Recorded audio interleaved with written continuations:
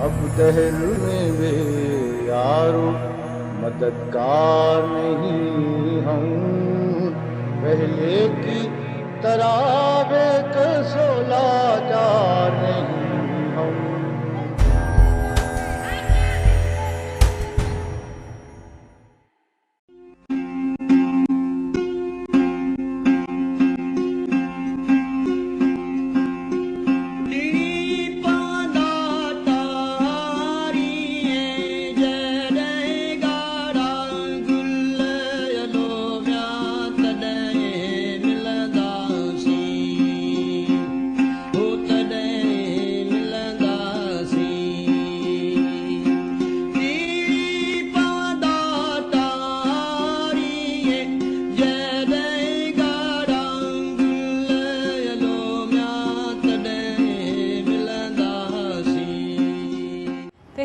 پاکستان میں عورتوں کی جدوجہد پرانی اور ہنگامہ خیز رہی، لیکن جسے شاید ہی کبھی یاد کیا جاتا یا منایا جاتا ہے۔ نئی ریاست کی تعمیر میں مساوات کے پہلے مطالبے کے ساتھ ہم اس تحریک کے بانیوں کی جدوجہد کا جشن منا رہے ہیں۔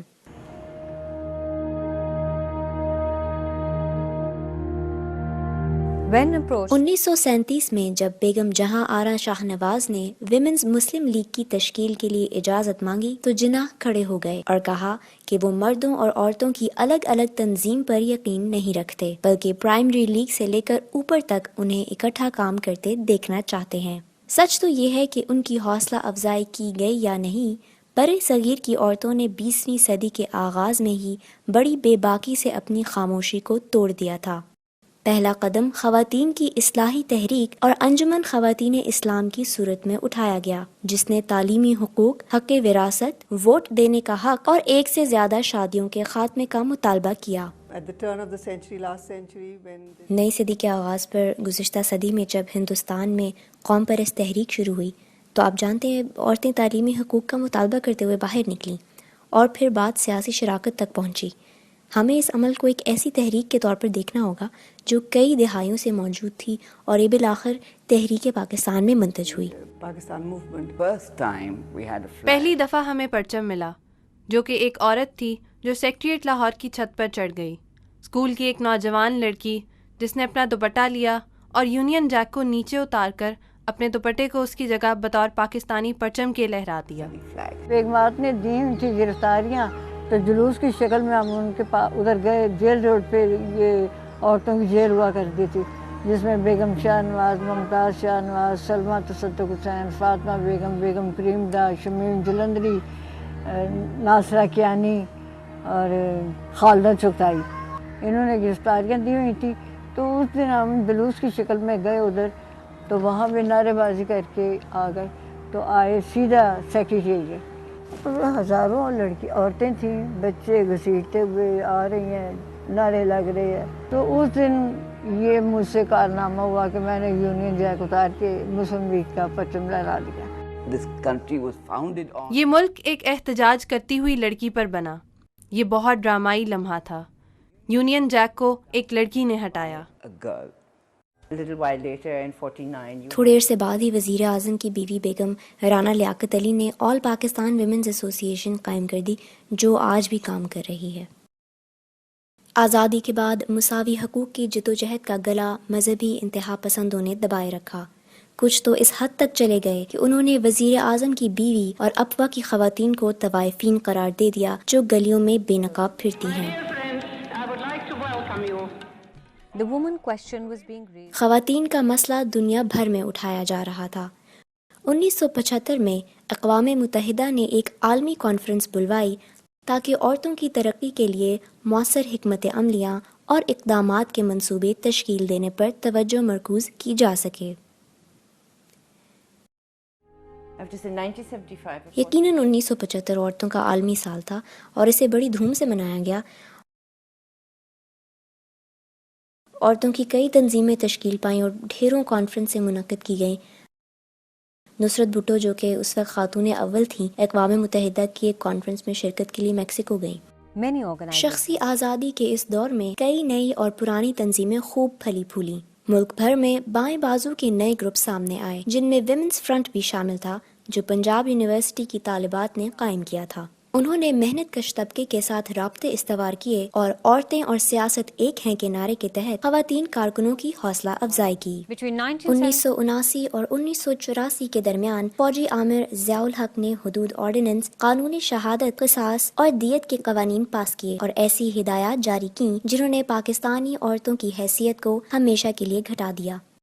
کھیلوں کے میدان سے ووٹ دینے اور ڈرائیونگ کے حق سے تقریباً محروم کر دیا گیا۔ گھر سے باہر کام کرنے کی حوصلہ شکنی کی گئی، ہراساں کیا گیا اور معاشرے میں کمتر حیثیت عورتوں کی زندگی کا معمول بن گئی۔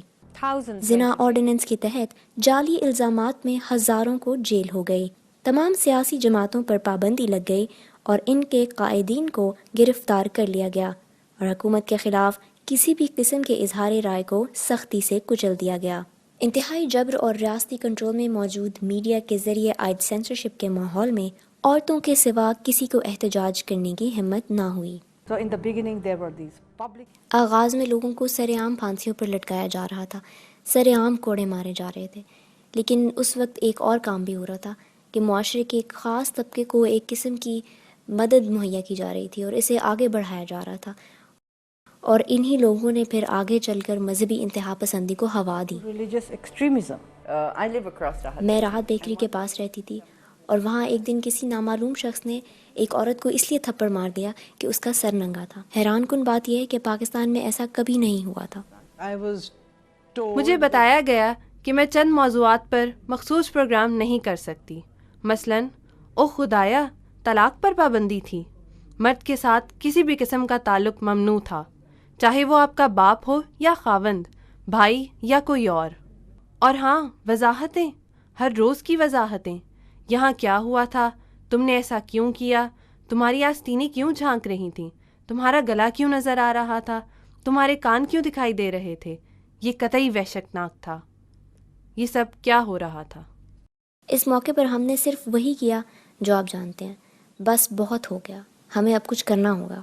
شرکت گاہ کے کراچی کے دفتر میں اس وقت کی تمام خواتین تنظیموں کا اجلاس بلوایا گیا اور کہا گیا کہ دیکھو کیا ہو رہا ہے۔ دلچسپی رکھنے والے دوسرے افراد کو بھی دعوت دی گئی۔ اجلاس میں صرف 30 سے 40 خواتین شریک ہوئیں جن کا کہنا تھا کہ انہیں کچھ کر کے دکھانا ہوگا۔ ہم ملک کے خفیہ اداروں کا نشانہ بن چکے تھے، ہم ہر طرح کے جبری اقدامات اور ریاستی جبر کا نشانہ بن چکے تھے۔ تنقید کرنے والوں میں جماعت اسلامی سب سے آگے تھی۔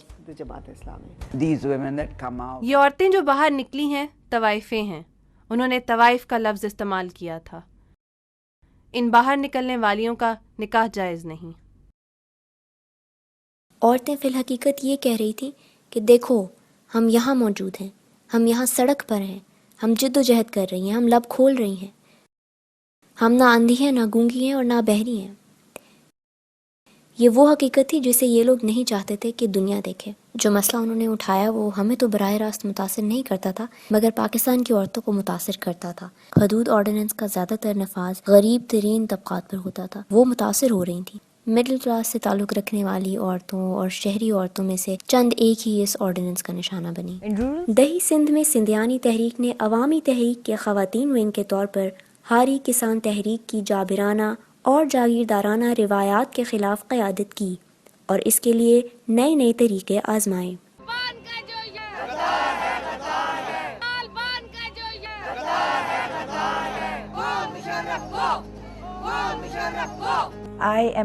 مجھے اس حقیقت پر بہت فخر محسوس ہوتا ہے کہ پاکستان میں عورتوں کی تحریک تمام دوسری تحریکوں کا ہر اول دستہ رہی ہے۔ عورتوں نے اپنی خاموشی کو توڑ دیا ہے، ہر سطح پر وہ مسائل کے لیے آواز اٹھا رہی ہیں۔ ماحولیات کی تحریک کو دیکھیں، انسانی حقوق کو دیکھیں، عورتوں کے حقوق کی بات ہو یا امن تحریک، ہر جگہ آپ کو عورتیں متحرک ملیں گی اور اکثر اوقات تحریکوں کی قیادت کرتی ہوئی۔ بھارت کے ساتھ امن عورتوں کی تحریک کا مرکزی نقطہ رہا ہے۔ بنگلہ دیش کے ساتھ بھی امن، عزت، وقار اور احترام پاکستانی عورتوں کی تحریک کا ایک مرکزی نقطہ رہا ہے۔ مثال کے طور پر 1971 کے بعد سے آنے والی حکومتوں نے بنگالیوں کے ساتھ کیے گئے برے سلوک کی معافی اور تلافی کے مطالبے کو پورا نہیں کیا۔ میں تو وہی ہوں رسم و رواج کے بوجھ تلے جسے تم نے چھپایا، یہ نہیں جانا روشنی گھور اندھیروں سے کبھی ڈر نہیں سکتی۔